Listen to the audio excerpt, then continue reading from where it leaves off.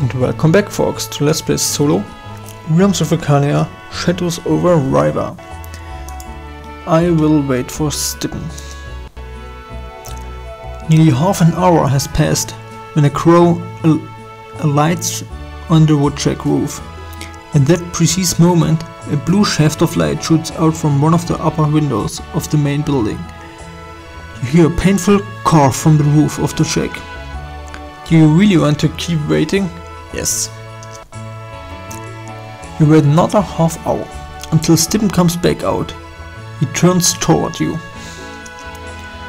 Look what I got, he shouts. A magic shield! And I got potions and elixirs. On reaching you, he displays his valuable new possessions. A shield, 2 magic potions, 1 healing potion and 2 elixirs of wisdom. Keep it, pal, you will need it more than we do. Oh, I'm not sure if I should say this. Apparently, Stippen had totally forgotten about your agreement. Overjoyed, he says, "You really want to let me keep all of the reward? I can't accept that. At least take part of it as a token of my gratitude." The boy looks over his possessions, then he chooses the most valuable item, the miracle shield. He holds it out to you. I will accept the shield. The loss of the shield dampens the young fellow's joy somewhat, but he still seems to consider himself lucky. Joyfully, he runs back inside. Miracle shield. Best shield of the whole trilogy. Gives 4 protection and can be used by magicians.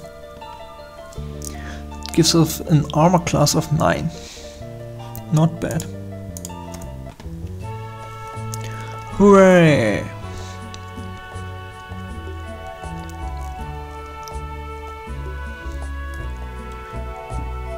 Always nice to help a fellow student. Now back to the thing here. First, let's see. How many spirit points do I have? Next level reached at... Oh, quite close.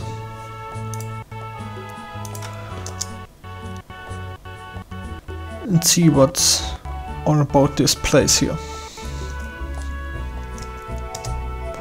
There's a large stone slab in front of the rock wall, bearing an inscription beneath a wheel of boron.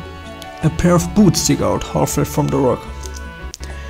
If he had the boots, he surely could have escaped.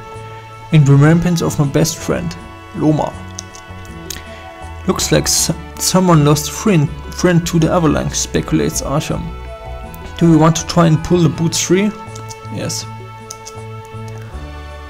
Archon grabs the boots with both hands and starts pulling as hard as he can.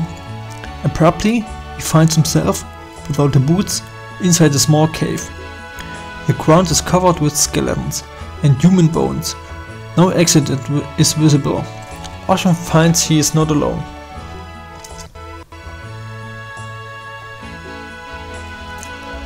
A well-armored man of middling age steps from the darkness. "So, more company," he says to Archon. "Hear my story then. When I was still a young man, I met a peasant's daughter of unimaginable beauty. Her blonde curls were radiant as the sun rising on a bright spring day. Her blue eyes as clear as a mountain lake, those precious lips red as the ripest cherries. Her shapely body. But I digress, back to the point. I was a guardsman in Riva Castle then, with a fine career ahead of me. Always, when I went to visit my adored one, my way brought me past here, but this was the shortest route. It was by no means without danger, as avalanches were known to come crashing down when the shows had melted.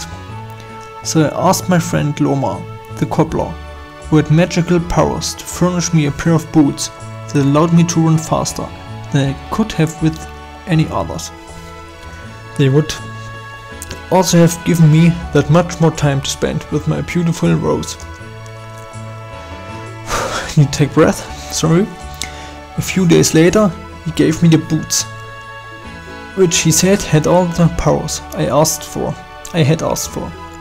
With a joyful spirit and obvious to danger, I set out for my lovely bride. But cruel fate caught up with me that day. An avalanche came down, the boots failed me, and I was crushed and killed.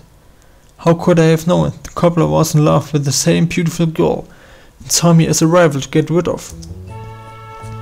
But the release of death was denied to me. Bone refused me entrance to his halls. When the cobbler's conscience bothered him, he had an inscription made and brought me the true magic boots he had kept for himself all along. But he hadn't expected me to lie in wait for him here.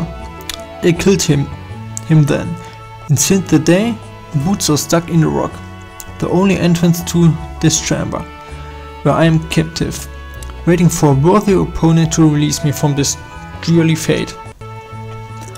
I cannot let just anyone just drag me down, you understand? For that would be a dishonorable death, which I am not allowed.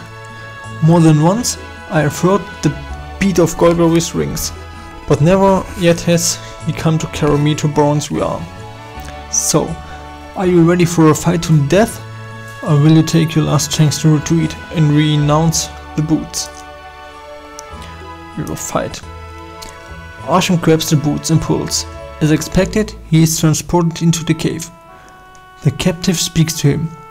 You know my tale, thus you have come to face me. And God.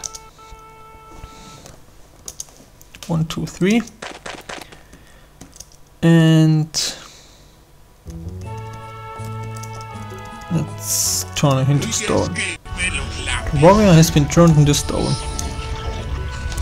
A very honorable death. Sorry. Scale armor, we will get much money for this. And the magic boots. Okay, we can sell this too.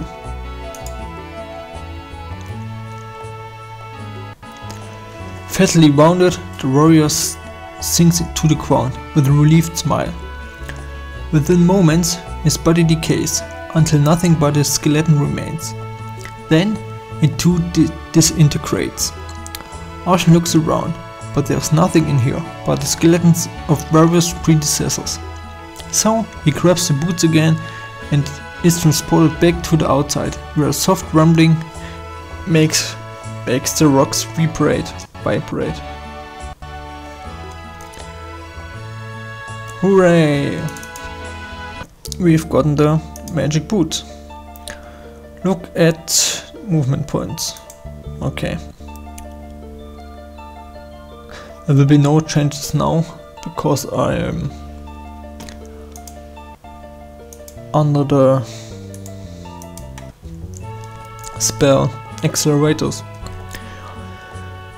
What this boots do, they have a permanent accelerator spell on them, with one exception.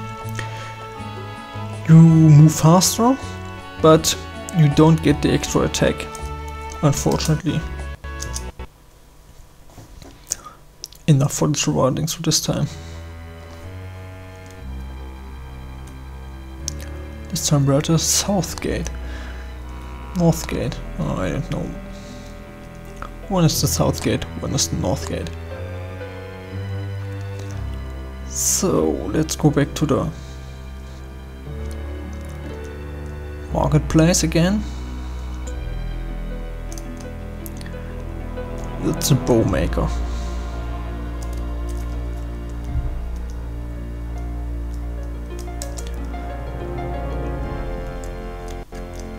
Let's sell these two items. Sword and the armor. I think it's the best armor you can have. Non-magical armor. We'll sell this, this, this and this. 50 ducats for a normal scale armor. Holy.